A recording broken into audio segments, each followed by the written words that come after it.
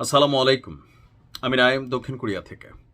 অনেকেই চিনেন, তবে আজকের এই ভিডিওটা যারা ফেসবুকে আয় করতে চাচ্ছেন অথবা একদম নতুন কন্টেন্ট ক্রিয়েটর হিসাবে আপনি ফেসবুকে উপার্জনের চেষ্টা করছেন, ভিডিওটা আপনার জন্য খুবই গুরুত্বপূর্ণ।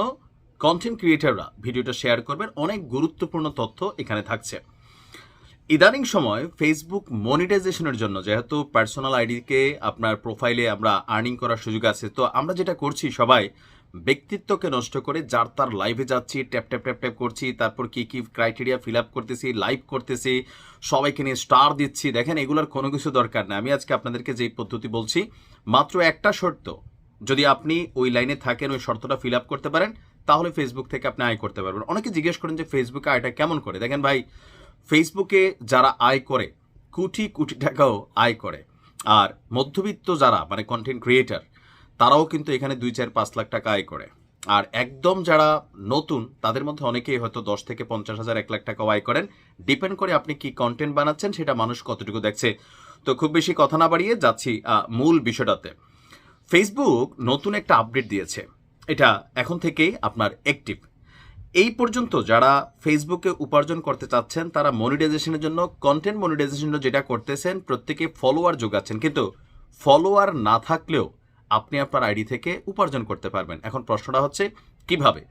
আমাদের মধ্যে অধিকাংশ যারা ফেসবুক চালায়, প্রত্যেকের কিন্তু বেশ কয়েকটা প্ল্যাটফর্মে মুভমেন্ট আছে। যদি আপনার থাকে, আপনার জন্য এই সুযোগটা আছে।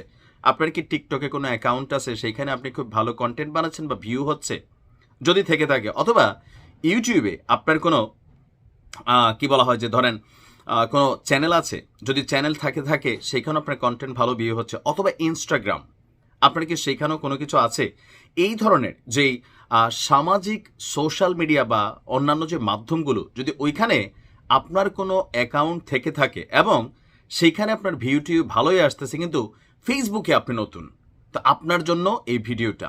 আর যদি আপনার ওই ধরনের অ্যাকাউন্ট না থাকে, তাহলে আপনাকে গতানুগতিক ধারায় মনিটাইজেশন নিতে হবে। তবে আবারও বলি, ওই অর্গানিক ওয়েতে যে ফলোয়ার আর হচ্ছে যে এই সিস্টেমের যে ফলোয়ার, যে লাইভ টাইপ করা, এগুলা দিয়ে আপনার জন্য ক্ষতি হবে, উপকার হবে না। কারণ একটা সময় অ্যালগোরিদম সিস্টেমে আপনার মনিটাইজেশন অফ হয়ে যাবে। কারণ আইডিতে ফলোয়ার আছে 10,000, ভিউ হয় 200। মেইন কারণে হচ্ছে ওই যে আপনি লাইক করছেন, আমি লাইক করছি, আপনি ফলো করছেন, আমি ফলো করছি, এরপরে কন্টেন্ট দেখি না। এখন যাদের টিকটক অথবা ইউটিউব অথবা ইনস্টাগ্রামে অ্যাকাউন্ট আছে বা অন্য যে কোনো সোশ্যাল মিডিয়াতে অ্যাকাউন্ট আছে, সেখানে আপনার অবস্থান ভালো আছে, আপনি কিভাবে ফেসবুক মনিটাইজেশনের জন্য আবেদন করবেন ফলোয়ার না থাকলেও।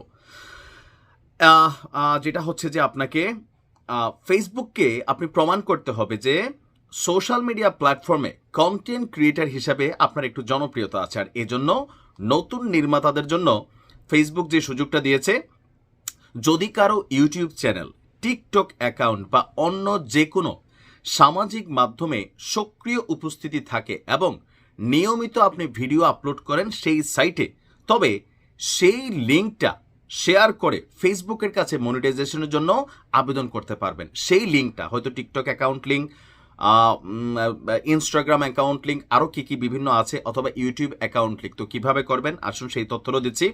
প্রথমে আপনার অন্য যে সোশ্যাল মিডিয়া প্ল্যাটফর্ম আছে, সেটার লিঙ্ক যেটা, সেটা কপি করবেন। ফেসবুকে গিয়ে প্রোফাইল বা পেজ থেকে প্রফেশনাল ড্যাশবোর্ডে ক্লিক করবেন। আমাদের যে আইডিগুলো আছে, সেখানে আপনার ছবি যেখানে থাকে, ওইখানে ক্লিক করলে দেখবেন প্রফেশনাল ড্যাশবোর্ড একটা মুড আসে। সেইখানে যাওয়ার পরে মনিটাইজেশন একদম উপরে লেখা থাকে। মনিটাইজেশনে ক্লিক করলে আই এম ইন্টারেস্টেড অপশন আসে।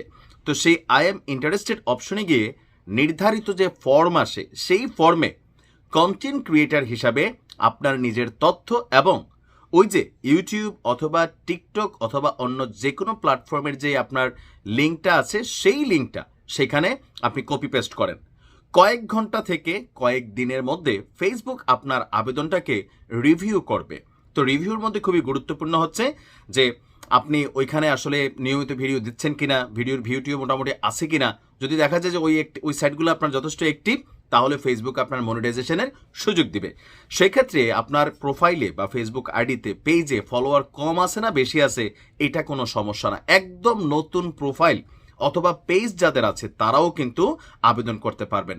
নিয়মিত এবং মানসম্মত কন্টেন্ট তৈরি করতে পারলেই মনিটাইজেশনের অনুমোদনের সম্ভাবনা বাড়বে। তো ফেসবুকের নতুন যে পলিসি, সেটা হচ্ছে নতুনদেরকে একটু ফেসবুক আসলে বেশি প্রায়োরিটি দিচ্ছে।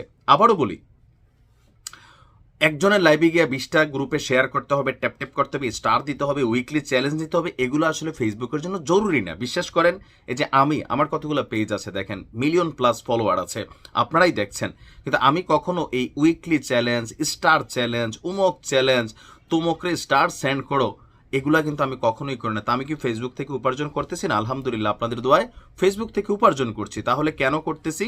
আমি আমার কন্টেন্ট আপলোড করি, যেই কন্টেন্টটা মানুষের কাছে পছন্দ হচ্ছে, মানুষ দেখতেছে, কমেন্ট করতেছে, লাইক করতেছে, শেয়ার করতেছে। ফেসবুক দেখতেছে যে না, নাইম কুরিয়া বা নাইম ইলি যে কন্টেন্টটা বানাচ্ছে সেটা মানুষ দেখতেছে। ওই যে উইকলি চ্যালেঞ্জ এগুলো আসলে আপনার মনিটাইজেশনের জন্য কিচ্ছু না ভাই, অনেকে বোঝেনি না। আপনার কন্টেন্টটা আপনাকে চয়েস করতে হবে, যেই কন্টেন্ট আপনি বানাবেন নিয়মিত কিন্তু আপনার কাছে কন্টেন্ট থাকতে হবে। এমন না যে একটা ভিডিও আপনার মিলিয়ন ভিউ হলো, ভাইরাল হলো, এরপর আপনি কন্টেন্ট খুঁজে পাচ্ছেন না।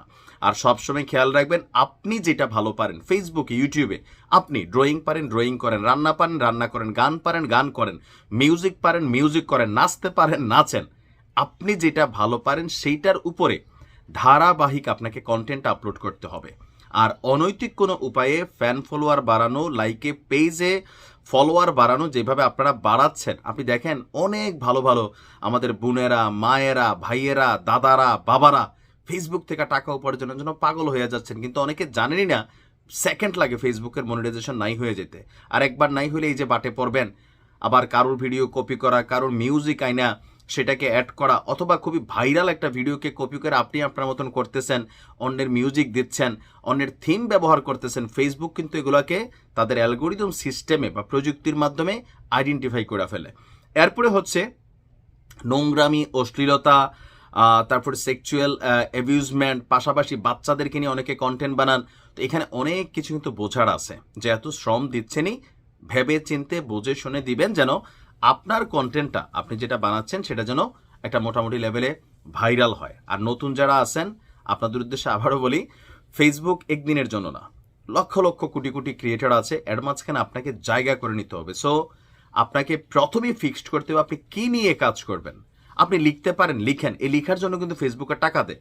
আপনি ভালো ফটোগ্রাফার, ছবি তুলতে পারেন, সেটাই করেন, কিন্তু অশ্লীলতা, নোংরামি, ব্যক্তিত্বহীনতা, এই মনিটাইজেশনের নেশায় হাজার হাজার মানুষ আমি দেখছি ব্যক্তিত্বহীন মানুষে পরিণত হচ্ছে। টাকা দরকার, কিন্তু আসলে কয় টাকা উপার্জন করতেছেন? সারা মাস ঘুরে যদি আপনি 10,000 টাকা উপার্জন করেন, তাহলে এটা আপনার পণ্ডশ্রম, কারণ এটা আজকে আছে কালকে নাই হয়ে যেতে পারে।